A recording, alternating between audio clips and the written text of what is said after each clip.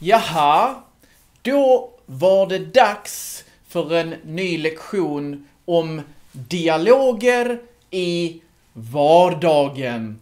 Och i den här filmen är vi på jobbet.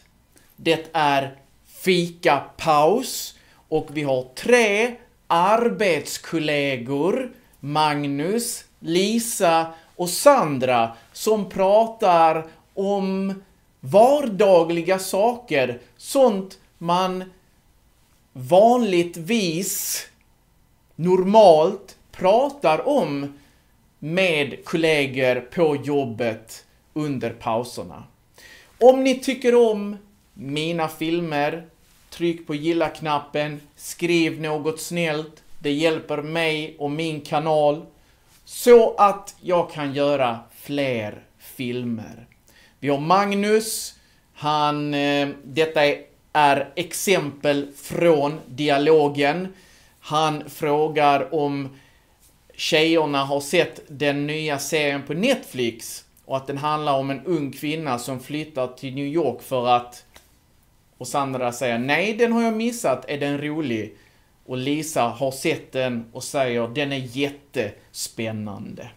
Men vi börjar direkt och glöm inte, det finns undertexter på svenska och på många andra språk. Titta under filmen, sätt på undertexter och hitta ditt språk i listan. Vi kör igång direkt. Och Magnus säger, varsågod och ta för er av fikan. Sandra, vilka fina bullar. Du har förstås stått och bakat dem helt själv, Magnus.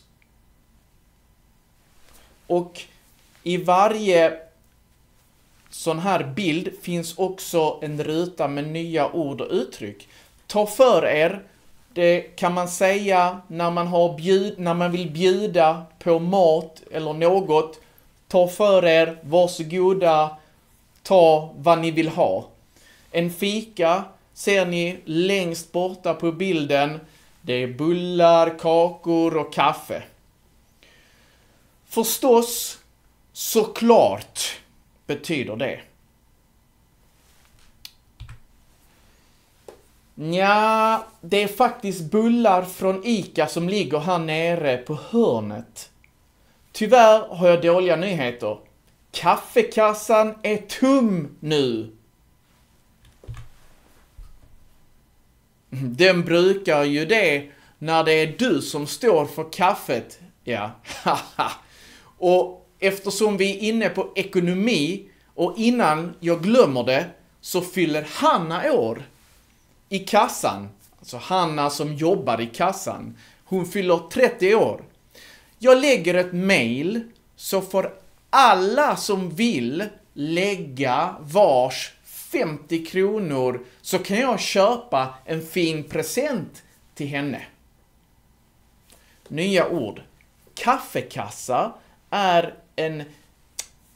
där man samlar pengar, kanske på en arbetsplats, att man betalar vars 50 kronor, 100 kronor varje månad, varje vecka och så köper man fika och delar på det tillsammans. Och om någon står för något, det betyder att det är de som fixar det är de som arrangerar, det är de som ordnar någonting. Och vara inne på något betyder att eftersom vi pratar om ekonomi, om att kaffekassan är tom, om man är inne på ett speciellt tema, ett speciellt ämne. Lägga ett mail betyder att jag skickar ett mail. Jag lägger ett mail. Eller man kan säga lägg ett mail till mig så att jag inte glömmer det. Det betyder skicka ett mail till mig så att jag inte glömmer det. Okej? Jaha, men tänk när jag fyllde 30 år och det var ju inte så många år sedan. då samlade man bara in 20 kronor per person. Det är hemskt rent vad värdet på pengar har förändrats på så kort tid. Är det inte konstigt? Och samla in, det betyder att man läraren kanske samlar in test, alltså tar tillbaka test, dela ut, samla in. Värdet på pengar, alltså hur mycket är pengarna värda? Nu är ju pengarna väldigt lite värda. Vi har inflation och jag vet inte, ett paket mjölk kan kosta 18 kronor. Innan kostade 12 kronor. Så värdet på pengarna har minskat. Men förändringen på penningvärdet kanske inte är hela förklaringen till varför alla bara gav 20 kronor till dig. Ha. Och här så skämtar Sandra och hon menar med detta att kanske Magnus kanske inte är lika populär på arbetsplatsen som Hanna. Och självklart, hon försöker vara rolig, hon försöker skämta och säga att ja, alla tycker om Hanna, men det var inte så många som tyckte om dig och därför gav de dig bara 20 kronor. Men man måste vara försiktig när man skämtar. Det är bra om man känner varandra bra innan man kan skämta så med arbetskollegorna.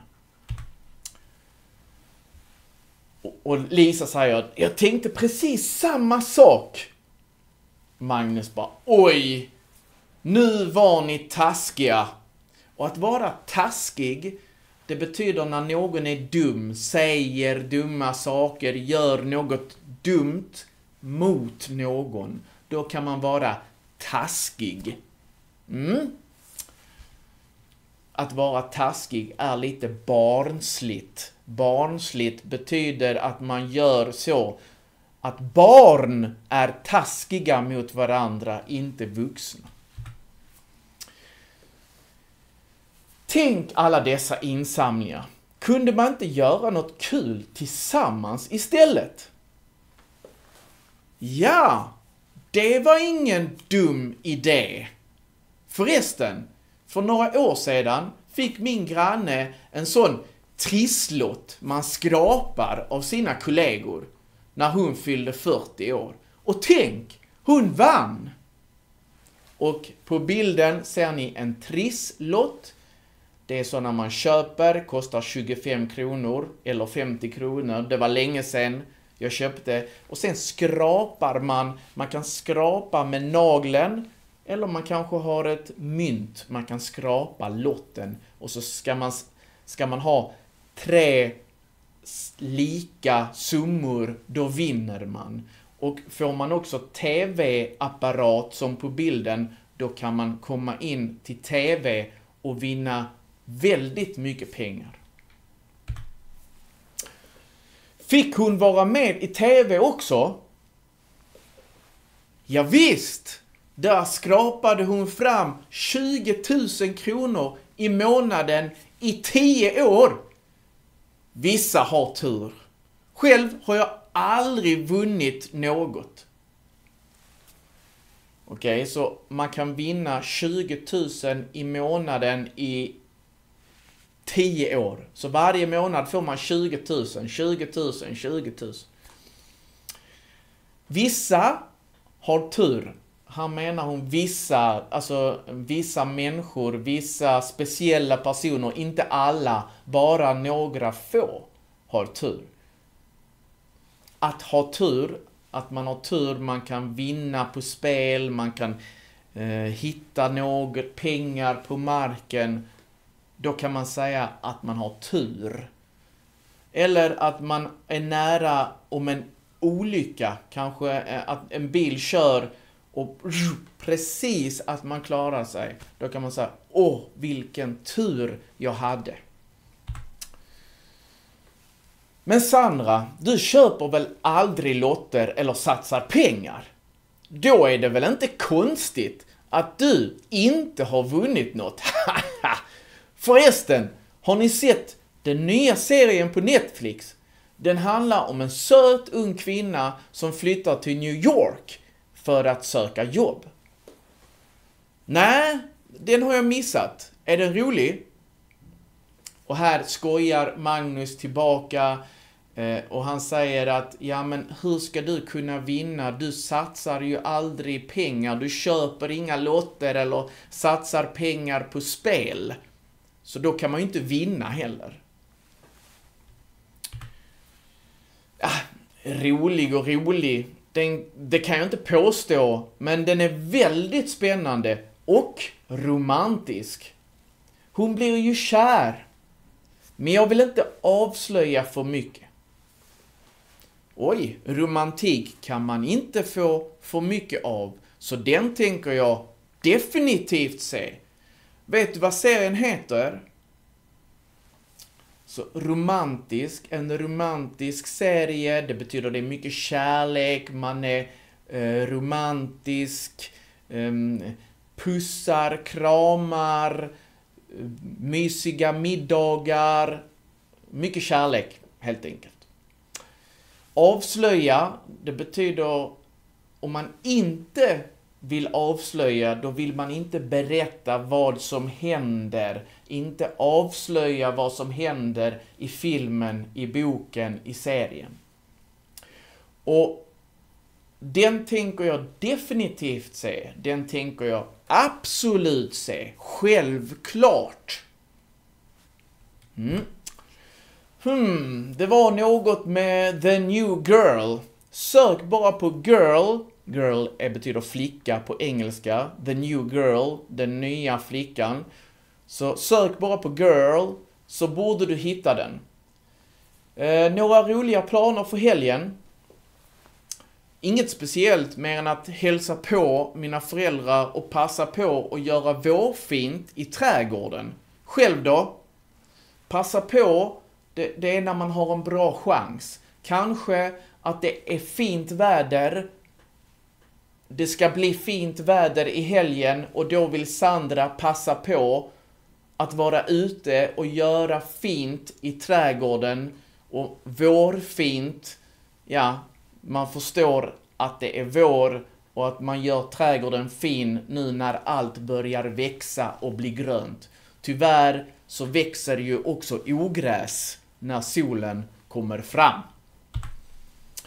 För mig blir det att tvätta bilen och sen tänkte jag ta barnen till något lekland. Känner ni till något bra ställe som ni kan rekommendera? Typiskt män som bara tänker på sina bilar.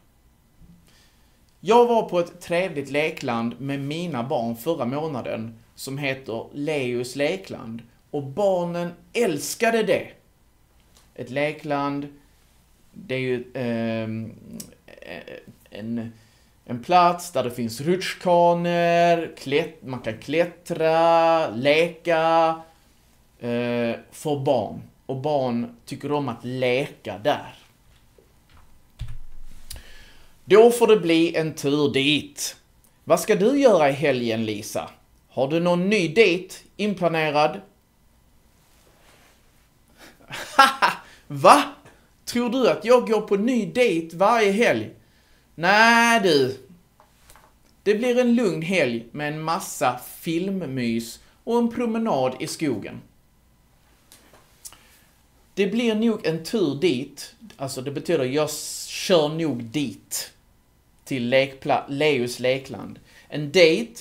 Man träffar någon från det andra könet. Alltså en man träffar en kvinna eller en kvinna träffar en man. För att man vill bli kär. Man vill lära känna någon för att man vill bli kär. Då går man på en dejt. Eller om man har träffat någon redan och man vill göra något roligt tillsammans. Då kan man gå på en dejt. Mys, alltså filmmys. Att mysa, det kan vara olika saker. Men att till exempel på vintern tycker jag om att tända ljus på kvällarna, ha en varm filt, laga någon god mat, lägga mig i en mjuk soffa och bara mysa och ta det lugnt. Det var allt för den här lektionen. Hoppas ni tyckte om de här vardagliga dialogerna. Glöm inte gilla, så ses vi i nästa lektion. Ta hand om er alla. Hej!